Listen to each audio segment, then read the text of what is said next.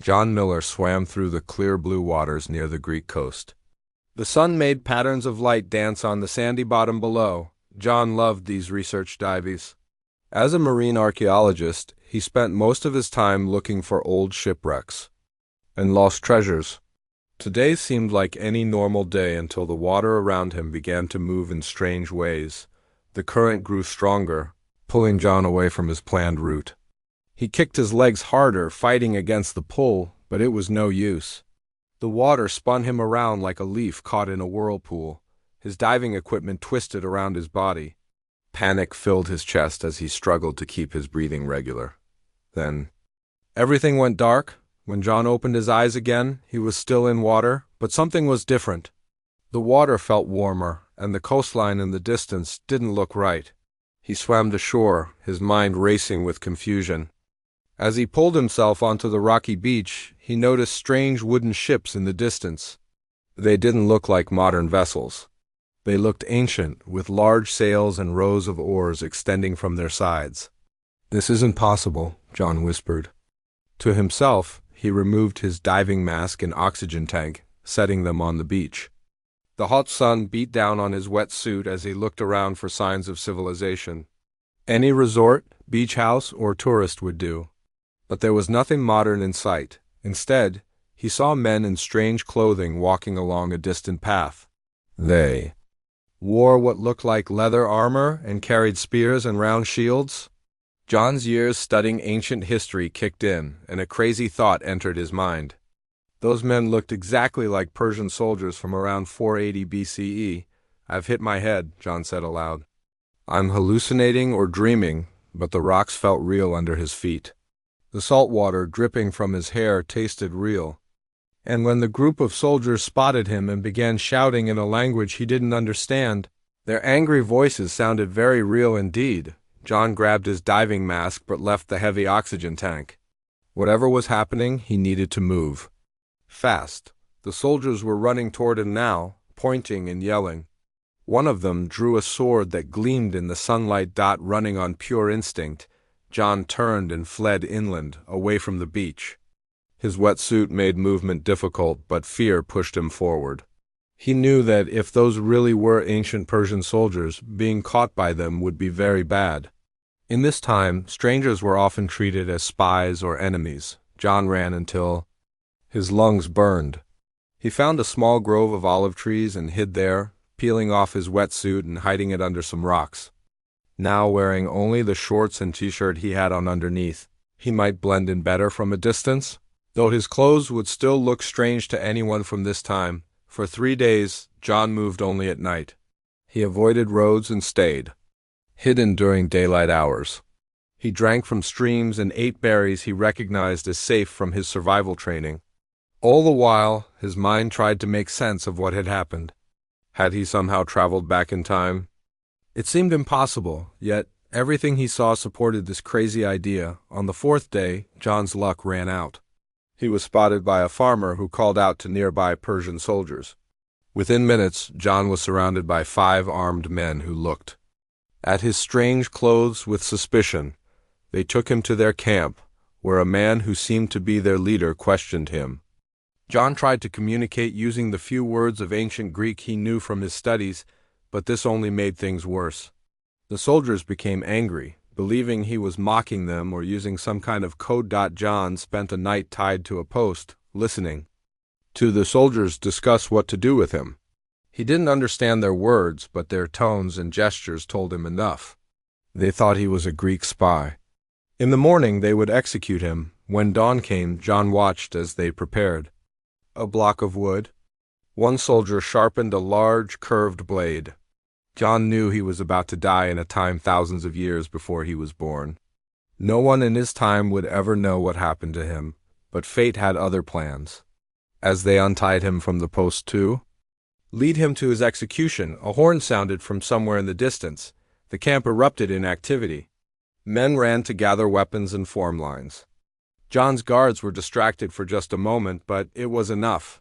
He slammed his shoulder into the nearest guard and ran. Shouts followed him as he sprinted away from the camp into the hills beyond. Arrows flew past him, one grazing his arm. and leaving a bloody scratch. But adrenaline pushed him forward, and soon he was lost among the rocky hills. For 2 weeks, John lived like a hunted animal. He moved only at night, guided by the stars. His knowledge of ancient geography helped him determine that he was somewhere in what would later be called Turkey, and Greek territory lay to the west. If he could reach a Greek city, maybe he would find people more willing to help him.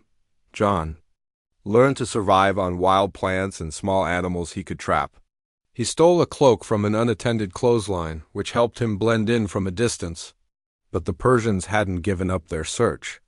Several times he spotted search parties in the valleys below him as he hid among the rocks. On the 15th night, John heard horses. The Persian cavalry had picked up his trail.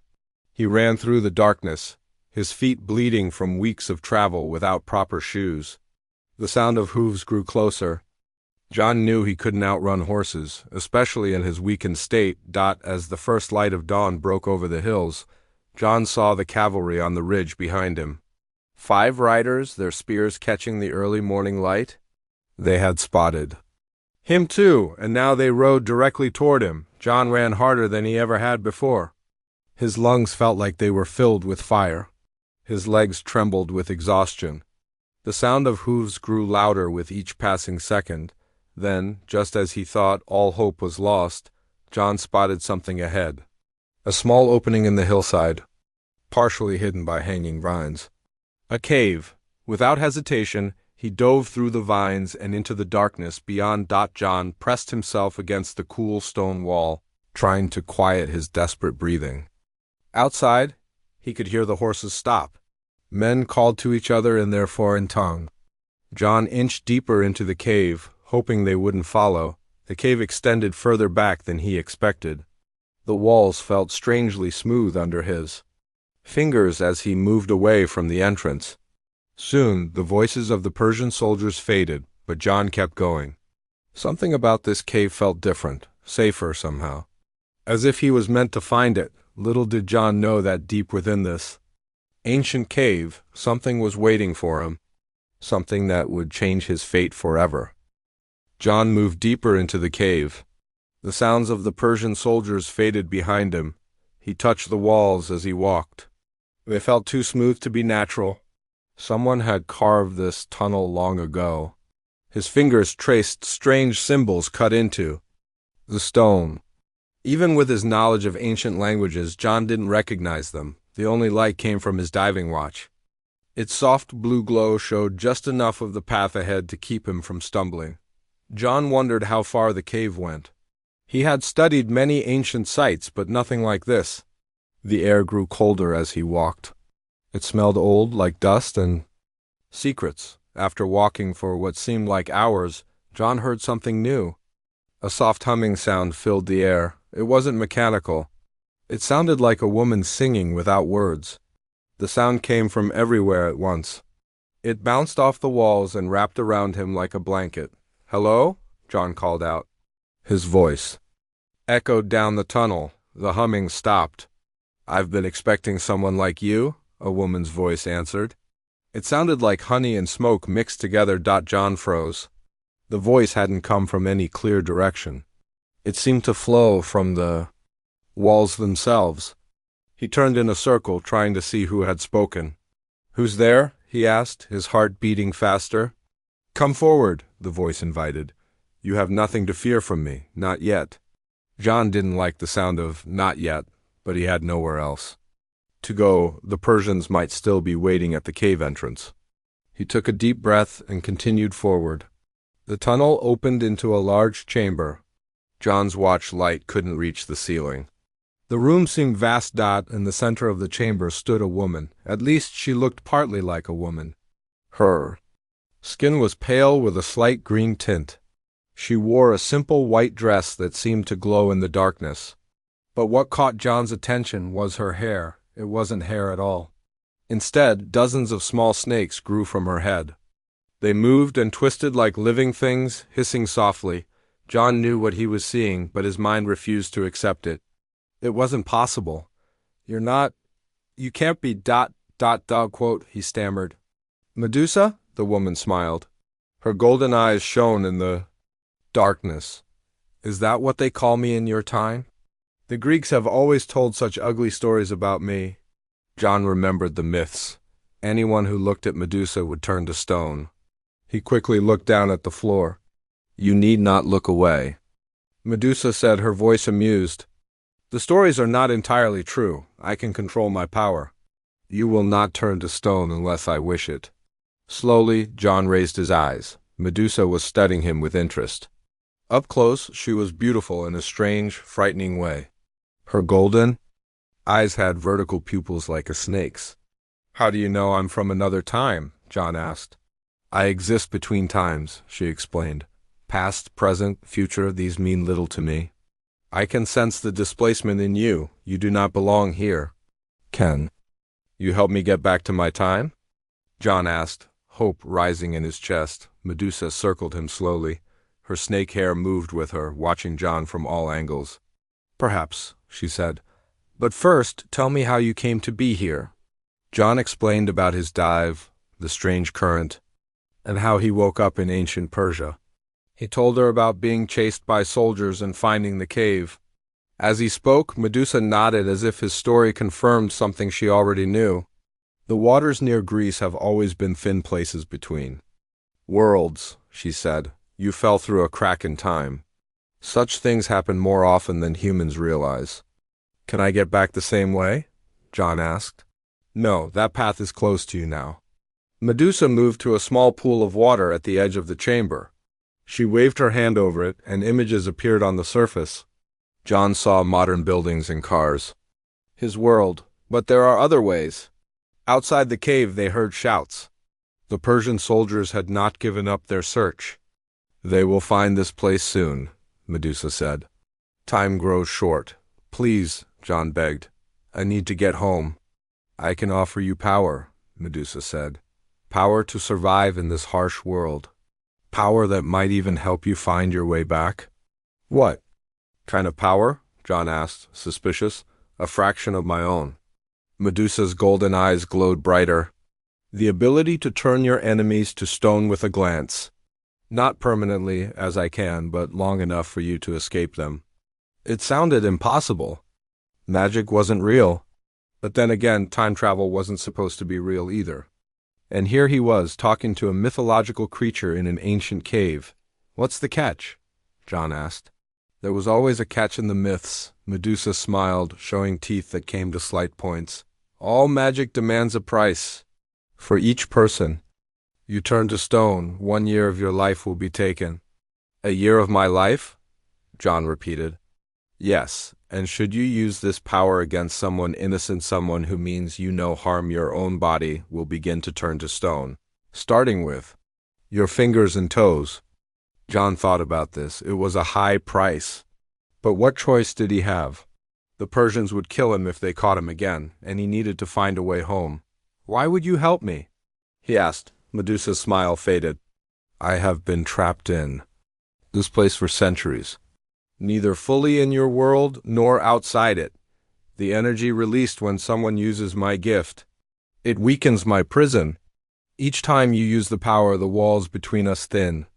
So you're using me to escape, John said. We are using each other, Medusa corrected him. Is that not fair? The sounds from outside grew louder. The soldiers were getting closer. They will find you soon, Medusa said. Decide quickly. John weighed his options. Die at the hands of Persian soldiers or accept a dangerous power from a creature of myth. It wasn't much of a choice. I accept, he said. Medusa moved closer to him. She was tall, taller than any human woman. She bent down and pressed her cool lips to John's forehead. Pain shot through his head, centered behind his eyes. It burned like fire, making him gasp and fall to his knees. When he opened his eyes again, the world looked different. Everything had a golden tint to it. He could see in the dark cave as clearly as if it were day. The power is yours now, Medusa said. Use it wisely. For power always reveals what kind of person you truly are. She stepped back, her form growing transparent. Follow the tunnel that way. She pointed to a passage John hadn't noticed before. It will lead you out to the hills beyond the Persian camp. From there, you must make your way to Athens. In the temple beneath the Parthenon, you will find another crack between worlds. It may lead you home. Will I see you again? John asked. Medusa's form was barely visible now, like smoke in the air. Oh yes, her voice whispered. I am part of you now. Wherever you go, I will be watching through your eyes. With those words, she vanished completely. John was alone in the cave. But something felt different inside him. A new power hummed beneath his skin, centered in his eyes. It was time to test what Medusa had given him. The Persians were waiting. John followed the new tunnel as Medusa had instructed. His golden eyes lit the way better than his watch had done. He could see every crack in the stone walls, every small insect that crawled along the floor. This new vision was strange but useful. The tunnel sloped upward. After walking for about 20 minutes, John saw daylight ahead. He moved carefully as he approached the exit. The last thing he wanted was to walk straight into the Persian soldiers. John peeked out from the cave opening. This side of the hill was empty of people. In the distance, he could see the Persian camp. Soldiers moved about like ants. They had no idea he was watching them. John stepped out into the sunlight. His new eyes hurt a little in the bright light, but they quickly adjusted.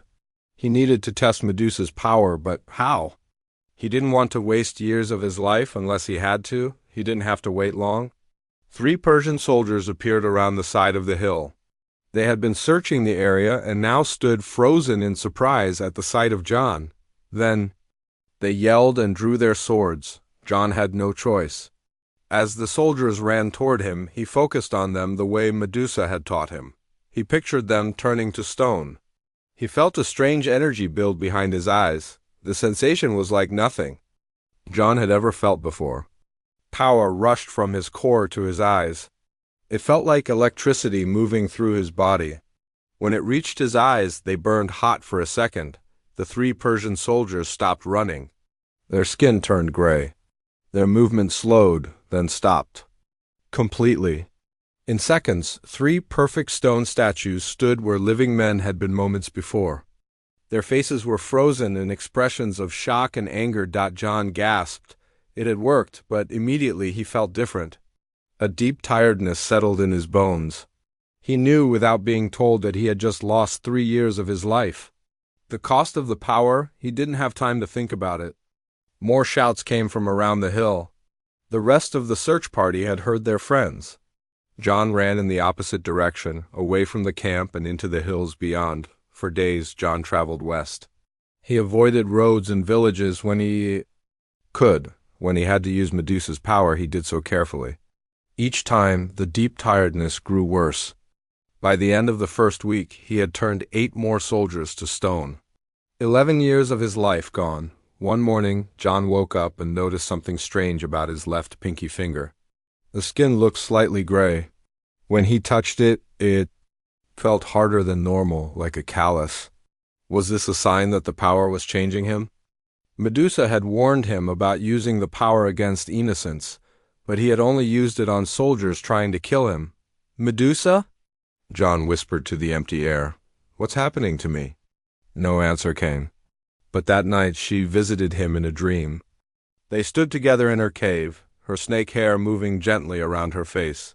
The change has begun, she said. Faster than I expected. But I haven't used the power on any innocent people, John protested. The power itself is changing you, Medusa explained. Each use connects us more deeply. My essence flows into you, little by little. You didn't tell me that part, John said. Angrily, Medusa smiled. You didn't ask for all the details of our bargain, but do not fear. The change can be reversed if you reach Athens in time. John woke with a start. The dream had felt so real, he looked at his finger again. The gray area had not spread, but it hadn't gone away either. He needed to get to Athens quickly. 2 days later, John reached a small village. He was hungry and tired. He had avoided using the power again, afraid of speeding up whatever change was happening to him. He had stolen a rough wool tunic from a clothesline, which helped him blend in better than his modern clothes had. The village was busy with people going about their daily work. John kept his head down and his eyes half closed to hide their golden color. He stole an apple from a market stall and retreated to a quiet corner to eat. "You're not from around here," a woman's voice said in Greek. John had learned enough of the language in the past weeks to understand her. He looked up to see a young woman watching him. She had dark hair and tanned skin. Her clothes were simple, but clean. But what shocked John was that she had spoken to him in modern English first, then switched to Greek. "You're like me," John said in English, amazed. The woman looked around quickly to make sure no one was listening. "Keep your voice down," she said. "Follow me." John followed her through the village to a small house on the edge of town. Once inside, she closed the door and faced him. "My name is Lisa Bennett," she said. "I'm from Philadelphia. I fell through time 14 months ago while hiking in Greece." "And you have Medusa's eyes," John was shocked. "You know about Medusa?" Lisa nodded. "I've been stuck in this time long enough to learn a few things. Medusa isn't what the myths say she is. She's something older, something that lives between times. And she's made a deal with you, hasn't she?" John told her everything that had happened. When he showed her his gray finger, Lisa frowned. "It's worse than I thought," she said. "You're turning into a vessel?" "A what?" "A vessel. Medusa is using you to escape her prison. She can't exist fully in our world, so she needs a human body to inhabit." "Your body. She told me the power was to help me get home," John said. "That's how she tricks people," Lisa explained. "She offers power, but the price is more than just years off your life. Eventually you'll turn completely to stone and she take over your body. The more you use the power, the faster it happens." John felt sick. "How do you know all this?" "Because you're not the first," Lisa said. "I've met 2 others with golden eyes. They both turned to stone within months. Before they did, they told me everything." "Is there a way to stop it?" John asked desperately. Lisa hesitated. "Maybe there's a temple in Athens with writings about Medusa. It might have answers. I've been trying to get there myself, but the war makes travel dangerous." "Medusa told me about a crack between worlds in Athens," John said, "under the Parthenon." "That's the temple I mean," Lisa said. "If we can get there, we might both find a way home. And maybe a way to break your connection to Medusa." John looked at his gray finger again. How long did he have before the change spread? Weeks? Months? "We need to leave for Athens right away," he said. Lisa nodded. "The Persians are moving that direction too? They'll reach the city soon. We need to get there before they do." That night, as John tried to sleep on Lisa's floor, he felt Medusa's presence. She didn't speak, but he could feel her watching through his eyes. "I know what you're doing," he whispered. "I won't let you use me," a soft laugh echoed in his mind. "It's already too late," Medusa's voice whispered back. "You are mine now. The only question is, how many more will you turn to stone before the end? How much of my power will you use, even knowing the cost?" John had no answer, because deep inside he knew she was right. The power was too useful, too tempting. And with Persian armies between them and Athens, he might have no choice but to use it again. John and Lisa left the village at dawn. Lisa had lived in this time long enough to know how to travel safely. She wore a simple brown dress and had a small bag with food and water. John wore the rough tunic he had stolen and a cloak Lisa gave him to hide his face. His golden eyes would draw too much attention. "We need to stay off the main roads," Lisa said as they walked. "The Persians control them. We'll travel through the hills and forests." John nodded. "How far is Athens from here?" "About 10 days on." "Foot if we're lucky," Lisa replied. "Longer if we have trouble." They walked all day, stopping only to eat and rest briefly. Lisa told John how she had arrived in this time. She had been hiking near ancient ruins in Greece when she fell into a hidden cave. When she climbed out, she was in 481 BCE, a year before John arrived. "At first I thought I was going crazy," she said. "But then I realized it was real. I had to learn how to survive here." "How did you do it?" John asked. Lisa smiled. "I was a history professor before. I specialized in ancient warfare. I knew enough about this time to adapt. I posed as an oracle because women have few rights in this time. People respect oracles, even female ones. An oracle? You mean like a fortune teller? Sort of. I use my knowledge of history to predict things. Simple stuff like weather patterns and harvest times. It earned me food and shelter. They camped that night in a small cave. As they sat by a tiny fire, John noticed the gray color had spread to his entire pinky finger. He showed Lisa. "It's getting worse," he said. Lisa examined his hand carefully. "How many times have you used the power?" 11 times. 11 years of my life gone. "The change is happening faster than I expected," Lisa said with worry in her voice. "We need to reach Athens soon. What if I don't use the power again?" "Will that stop it?" Lisa shook her head. "I don't think so. Once the process starts, it continues. Using the power just speeds it up." John stared at his gray finger. It felt cold and stiff, like it wasn't part of him anymore. The next morning, they continued their journey. They had walked for only a few hours when they heard horses on the road below them. They hid behind some rocks and watched as Persian soldiers rode by. There were at least 20 of them, heavily armed. "They're moving toward Athens too," Lisa whispered. "The invasion is speeding up?" For 3 days, John and Lisa traveled without major problems. They avoided Persian patrols and stayed away from villages. John's gray finger hadn't changed, which gave him hope. On the 4th day, their luck ran out. They were crossing an open field when a group of Persian scouts spotted them. 5 men on horseback rode toward them, shouting and drawing weapons. "Run!" Lisa yelled. They ran toward a nearby forest, but the horses were too fast. Soon the soldiers surrounded them. One of them, clearly the leader, spoke to them in Persian. When they didn't respond, he tried broken Greek. "You come with us now," Lisa stepped forward. "Please, we are just simple travelers. We mean no harm," the leader laughed. "Woman, quiet, you spies for Greeks." John knew they were in serious trouble. The soldiers would take them back to their camp. They might be executed as spies. He felt the power from Medusa stirring behind his eyes. He could use it to turn all 5 soldiers to stone. But that would cost him 5 more years of his life, and it would speed up his transformation. Lisa seemed to know what he was thinking. She gave a slight shake of her head, warning him not to use the power. The soldiers tied their hands and made them walk beside the horses. They headed east, away from Athens. John and Lisa exchanged worried glances. Every step took them further from their goal. That night, the soldiers camped in a small clearing. They tied John and Lisa to a tree and set guards. John tested his ropes, but they were too tight. "What do we do now?" he whispered to Lisa. "Wait for a chance," she whispered back. "Don't use your power unless there's no other choice." But as the night went on, John realized they might not get another chance.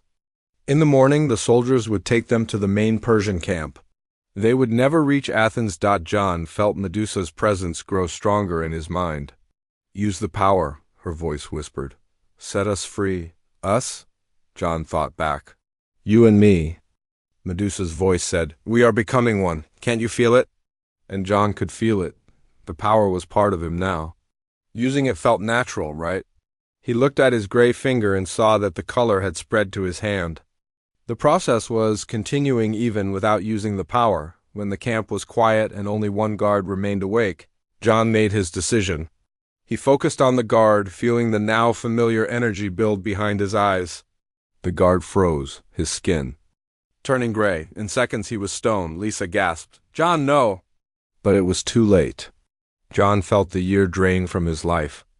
More importantly, he felt the gray coldness spread up his arm faster than before, but now his hands were free. The ropes that had been tied around his wrists fell away as he moved his stone hand, which was now strong enough to break them. John quickly untied Lisa. "We have to go now," he said. Lisa looked at his arm with horror. The gray color now reached his elbow. "It's spreading faster than before." "I know," John said. But we didn't have a choice. They slipped away from the camp and ran through the dark forest. John's stone hand felt heavy, but it was also stronger than before. He could break branches out of their way with ease. They ran until dawn, putting as much distance as possible between themselves and the Persian camp. When they finally stopped to rest, Lisa examined John's arm again.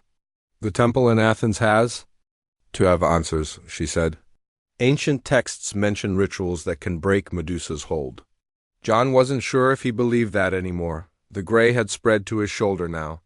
He could feel Medusa's presence more strongly than ever. "What if we're too late?" he asked. "We're not," Lisa insisted. "But we need to hurry. Athens is still 6 days away if we move quickly."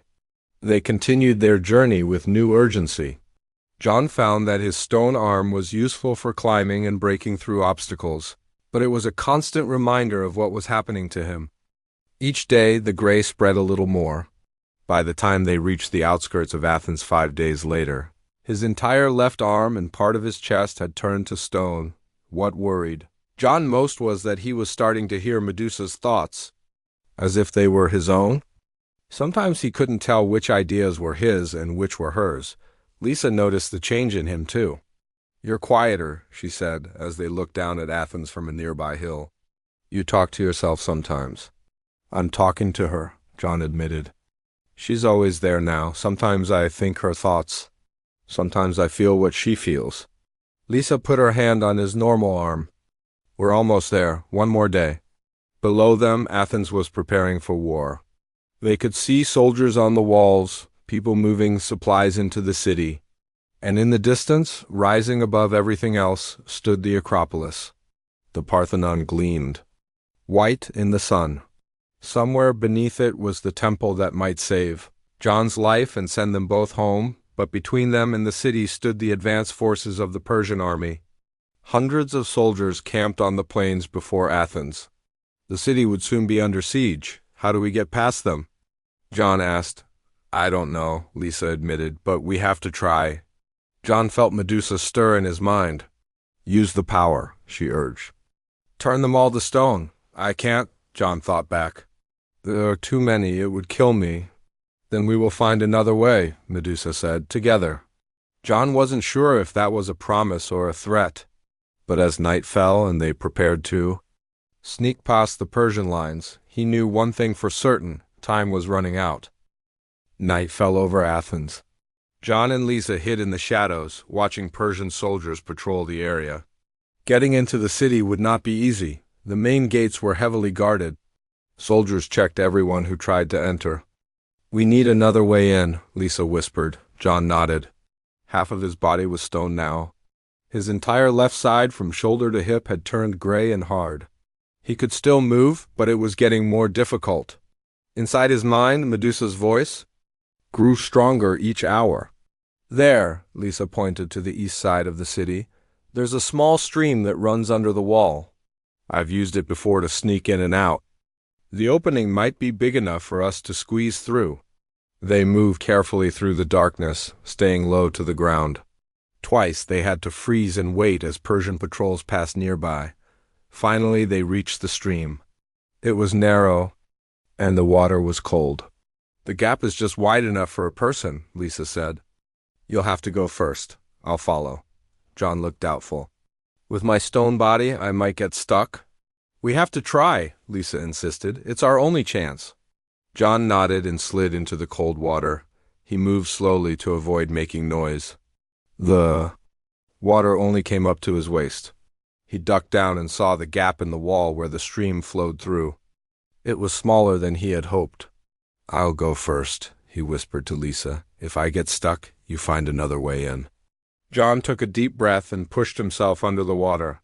He squeezed his body through the gap.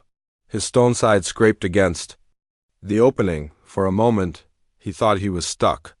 Then he pushed harder and slipped through. He surfaced on the other side, inside the city walls. A moment later, Lisa came through as well. They pulled themselves out of the water and into the shadows of a nearby building. "We made it," Lisa whispered, shivering from the cold water.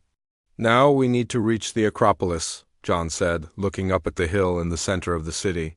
The Parthenon stood at the top, its white columns visible even in the darkness. They moved through the quiet streets of Athens. Most people were inside their homes, preparing for the coming siege. Soldiers patrolled the main streets, but John and Lisa stayed in the shadows and back alleys as they began to climb the hill toward the Acropolis. John felt a sharp pain in his chest. He stumbled and fell to his knees. "John," Lisa knelt beside him. "What's wrong?" John couldn't speak. The pain was too intense. He felt the stone spreading faster than before. It was reaching toward his heart. "She's trying to take over," he gasped when the pain eased slightly. "Medusa, she knows we're close to the temple. She's fighting me." Lisa helped him to his feet. "We have to hurry." They continued up the hill, John leaning on Lisa for support. By the time they reached the top, the stone had spread across his chest. Only his right arm, part of his right leg, and his head remained normal. The Acropolis was guarded, but the soldiers were focused on watching for Persian attacks from outside the city. John and Lisa slipped past them and approached the Parthenon. "The entrance to the hidden temple should be on the north side," Lisa said, "behind the statue of Athena." They circled around the great building. The massive statue of Athena stood tall and proud, facing north. Behind it, partly hidden by columns, was a small door built into the floor. Lisa knelt and pushed on the door. It didn't move. "It's locked or sealed," she said. John tried to help, but his stone body made it difficult to move.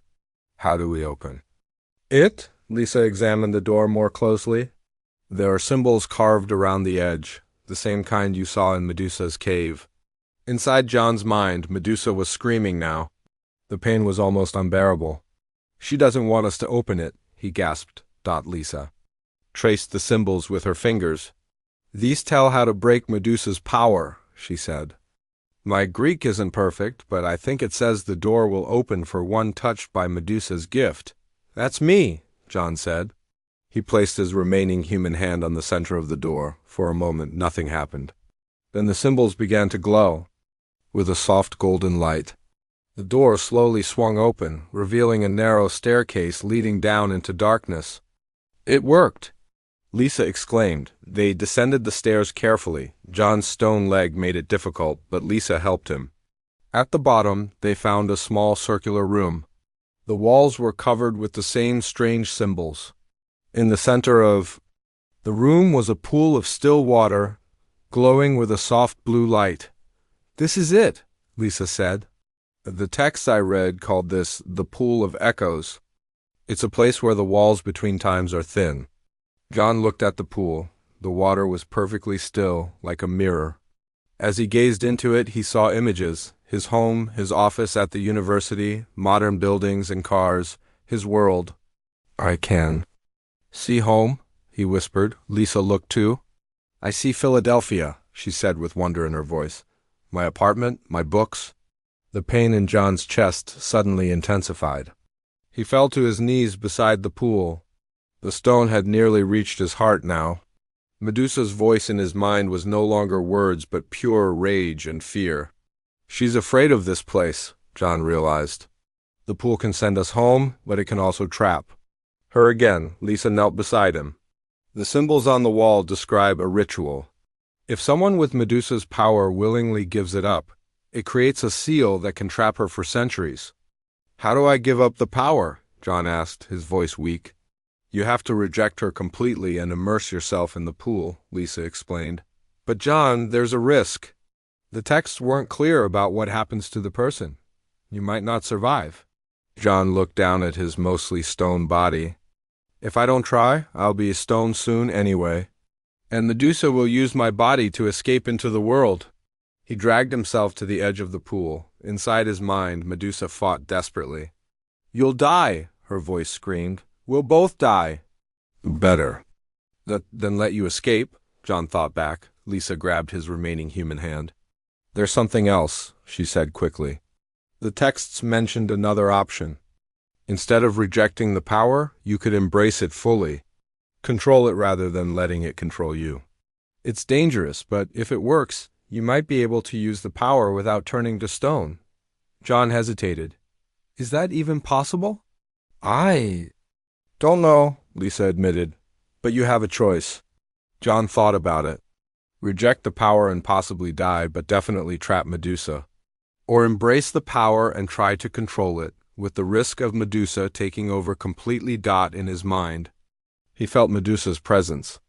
Not just her voice now, but her thoughts, her memories. He saw how she had been trapped for centuries, how she had made the same bargain with others before him.